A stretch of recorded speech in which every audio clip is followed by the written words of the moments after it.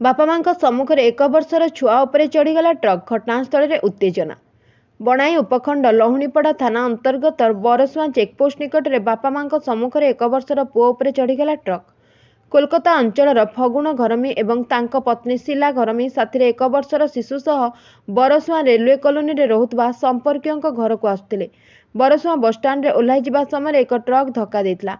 फल शीला काखरे थिबा 1 वर्षर छुआ ट्रक चक्का तले पड़ी मृत्युवरण करथिबा बेले मां दूरकू छिटिकी पड़थिले। आखि सामने चलीगला शिशुर जीवन। दुर्घटना घटाइथिबा ट्रक ओडी 14Z4925 को अटक रखी पुलिस तदंत जारी रखिछि। दुर्घटना पर घटनास्थल में उत्तेजना प्रकाश पाइथिला।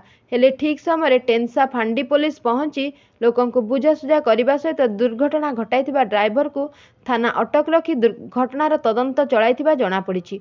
बणाईरु राजेंद्र प्रधान का रिपोर्ट एकाम्र मीडिया।